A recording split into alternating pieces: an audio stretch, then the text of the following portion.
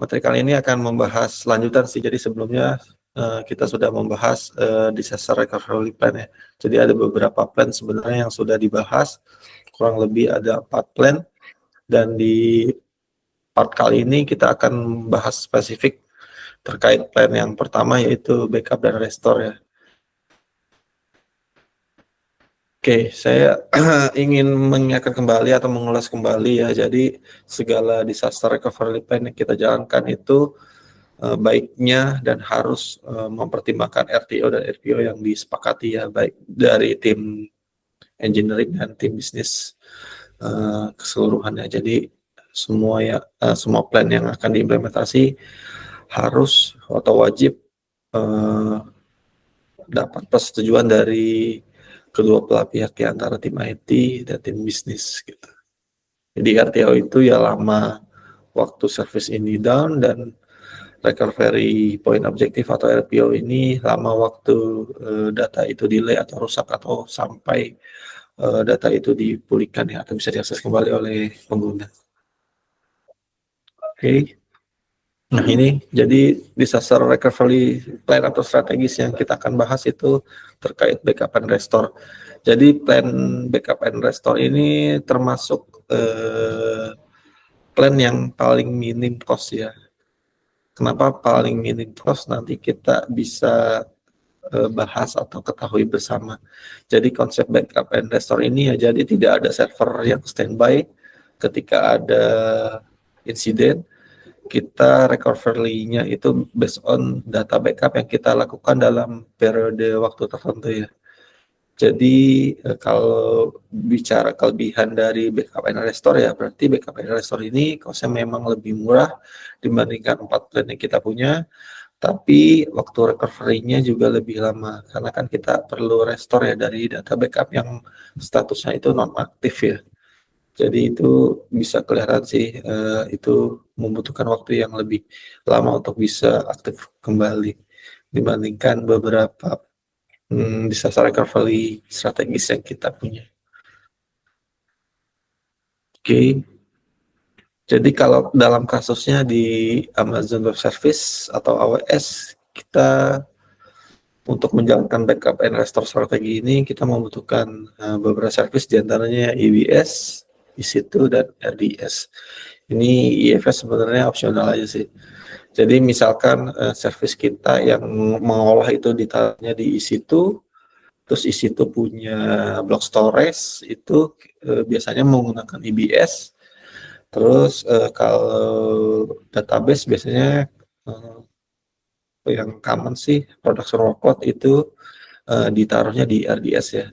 Jadi secara umum ada 3 service AWS yang kita gunakan, EBS, EC2, dan RDS gitu. Dan masing-masing sebenarnya sudah punya fitur snapshot ya. Jadi kita bisa nge-backup si EC2, EBS, dan DB ini secara otomatis dari AWS. Ya, terlepas dari ini membahas materi tentang AWS ya, di cloud provider lain juga bisa menggunakan, tinggal kita mapping aja kira-kira block storage atau compute service di cloud lain itu namanya apa. Nah, nanti biasanya sih kalau cloud provider yang udah well established ya, dia punya fitur otomatis backup ya. Jadi itu sangat memudahkan kita. Oke. Nah ini sebentar, ini gambarnya agak kecil. Jadi kalau proses backupnya itu kita bisa melakukan backup antar zona. Jadi antar zona ini maksudnya gimana? Jadi antar zona ini maksudnya ya kayak beda data center aja gitu, tapi tidak berbeda negara. Ataupun kita melakukan backup di beda region, berarti ini kita backupnya di berbeda negara kalau konteksnya di colocation server ya. Jadi ada 2 opsi yang bisa kita pilih, backup berbeda zona atau berbeda data center atau berbeda region atau berbeda negara ya, gitu sih. Jadi kalau di Amazon sendiri itu kita bisa melakukan backup itu menggunakan snapshot di sisi EBS. Jadi EBS ini yang menyimpan data-data server kita ya.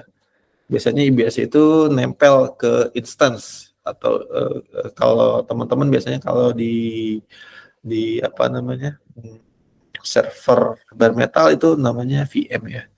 Nah ini kalau di situ dia nyebutnya instance. Jadi IBS ini nempel ke instance. Jadi kalau misalnya kita mau melakukan backup, IBS dan instance-nya yang kita snapshot. Nah, rentang periodenya disepakati aja dengan tim bisnis kira-kira perlunya tuh sehari sekali, 6 jam sekali, atau 3 jam sekali. Nah itu nggak ada ketentuan khusus yang harus kita ikuti sih. Semua tergantung pada kebutuhan bisnis masing-masing ya. Terus kemudian kalau RDS ini database service, database jadi ada sini service serverless database yang kita bisa gunakan. Di dalamnya juga sudah ada fitur backup ya. Jadi kita bisa melakukan snapshot RDS itu di berbeda zona ataupun berbeda region kalau di Amazon ya. Itu sih. Oke. Di slide selanjutnya tadi kan kita sudah mention ya, selain berbeda zona kita juga bisa melakukan backup itu di lain region atau lain negara. Jadi kalau misalnya misalnya teman-teman mau melakukan backup di berbeda region itu sangat banget memungkinkan di Amazon, di AWS ya. Kita tinggal tinggal melakukan backup aja, tinggal melakukan destinasinya ke mau backup ke region mana. Kurang lebih service yang digunakan juga sama sih. Ya tadi EBS untuk block storage, EC2 untuk VM ya atau instance, dan RDS untuk database. Kita bisa melakukan seluruhnya baik backup zona ataupun backup secara region sih.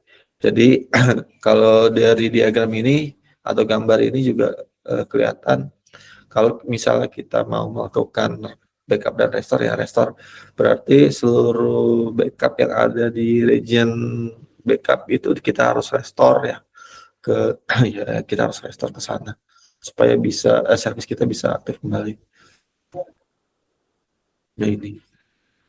Jadi itu kan tadi kita udah bahas ya mekanisme backup dan restore-nya.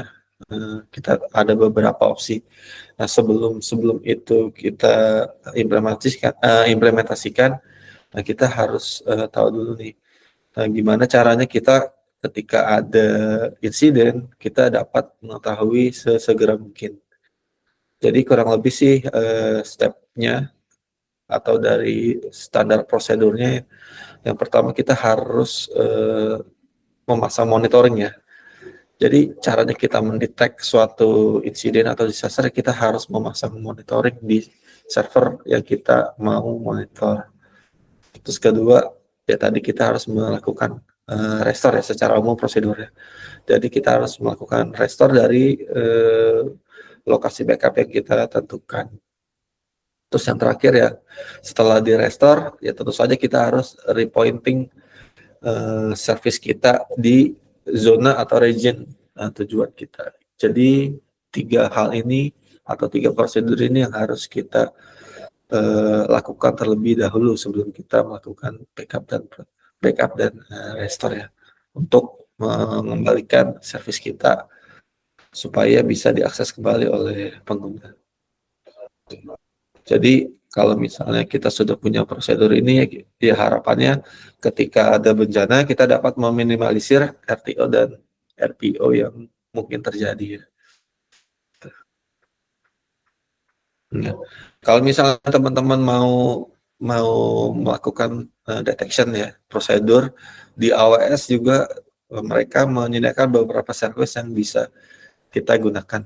Di antaranya ada Event Bridge, ini event based serverless service ya yang AWS provide. Terus yang kedua ada CloudWatch. Jadi CloudWatch sih commonnya buat nyimpen logs dan kita bisa gunakan untuk set alarm ya ketika ada insiden atau bencana. Terus yang ketiga ada AWS Health. Jadi ini yang akan mengirimkan alert ke channel ya, channel notifikasi yang kita gunakan.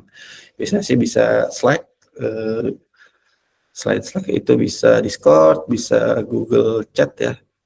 Natifnya sih dia juga provide buat webhook ya. Jadi teman-teman nggak perlu khawatir, seharusnya sih integrasinya kalau kita misalnya memutuskan untuk full menggunakan fitur dari Amazon itu bisa kita gunakan ketiga service ini ya. Jadi kurang lebih diagramnya seperti ini. Jadi seluruh event itu kita simpan di CloudWatch. Ketika ada pattern yang matching, dia akan mengirimkan ke EventBridge untuk kemudian didistribusikan ke Lambda ya, ke Lambda. Terus dari situ bisa kita dapatkan alert atau notifikasi ketika ada bencana. Sebenarnya kalau saya sendiri sih tidak mengharuskan atau mewajibkan teman-teman untuk menggunakan stack yang ada di AWS ya untuk deteksi ketika ada insiden. Soalnya kalau pakai service AWS kan kita mesti kalkulasi ulang ya event-event yang kita kirim itu seberapa banyak. Kalau misalnya jumlahnya begitu banyak atau sistem yang dimonitor itu begitu atau sangat besar ya, teman-teman boleh menggunakan tools lain yang untuk mendeteksi ketika ada insiden. Biasanya sih yang tools yang cukup common yang menggunakan stacknya Grafana, Prometheus, Elastic, New Relic kalau yang berbayar ya, atau Datadog juga bisa sih. Yaitu kembali ke kebutuhan teman-teman, seberapa besar event yang dilempar atau yang dikirimkan, atau seberapa besar server yang dimonitor, dan kembali lagi ke budget teman-teman sih seberapa besar dibutuhkan. Jadi hal-hal itu yang mesti teman-teman pertimbangkan ya sebelum memutuskan tools apa yang digunakan untuk mendeteksi ketika ada insiden atau bencana. Oke, jadi itu kan tadi cara deteksinya ya. Jadi kurang lebih kalau cara restore-nya itu ketika ada insiden, anggaplah insiden ini ada suatu insiden mengakibatkan satu region itu lumpuh ya. Nah berarti teman-teman harus mengirimkan backup hasil backupnya ke region tujuan. Terus biasanya sih disimpan di AWS S3 ya, itu penyimpanan yang murah. Jadi ketika ada bencana, hasil backupnya sudah ada di S3 region backup. Setelah itu proses restore bisa kita mulai. Jadi data-data yang backup yang ada di S3 kita bisa restore secara satu persatu. Biasanya sih bisa dimulai dari RDS dulu ya. RDS itu berarti database-nya dulu, habis itu servisnya yang kita restore. Terus ketika semuanya sudah terkoneksi, baru kemudian kita melakukan repointing ya. Repointing biasanya sih repointing yang dilakukan ya repointing domain ya.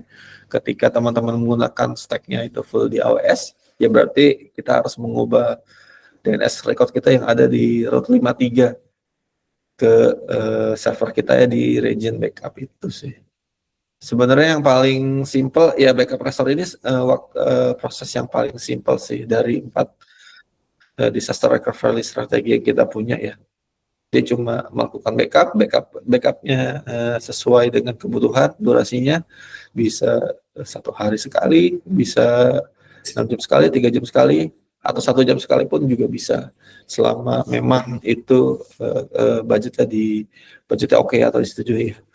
Terus cara restore-nya juga mudah, tinggal restore aja database sama VM-nya di situ ya.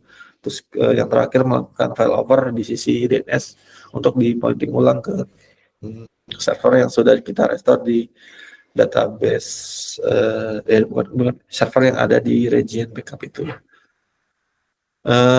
Ya itu kurang lebih step by step-nya, terus kelebihan dan kekurangannya. Mungkin teman-teman ada pertanyaan ya, kira-kira backup dan restore ini cocoknya di sistem yang seperti apa sih kita gunakannya. Kalau dari saya pribadi sih sebenarnya tidak ada tidak ada standar khusus atau best practice khusus ya. Semua kembali di awal ya, tergantung RTO dan RPO teman-teman yang disepakati nilainya seberapa dengan tim bisnis ya. Jadi kalau misalnya ditanya ya tidak ada standar pasti. Cuma kalau misalnya teman-teman bertanya ya berdasarkan pengalaman saya, kalau backup dan misalnya kita hanya punya opsi backup dan restore ya paling berdasarkan pengalaman ya cuma ini bisa diimplementasi cuma di misalnya di website company profile itu kan nggak ada transaction yang nggak ada transaction real time yang mesti kita monitor ya. Jadi itu kalau misalnya teman-teman bertanya ya cocoknya kalau berdasarkan pengalaman saya sih di ya itu website yang cuma nampilin company profile doang. Jadi mungkin itu aja materi yang bisa saya share. Nah, di next mungkin kita akan membahas lagi ya disaster recovery strategi lainnya. Kita ada 3 disaster recovery strategi lainnya yang belum kita bahas di pertemuan selanjutnya ya. Mungkin dari saya itu aja. Terima kasih.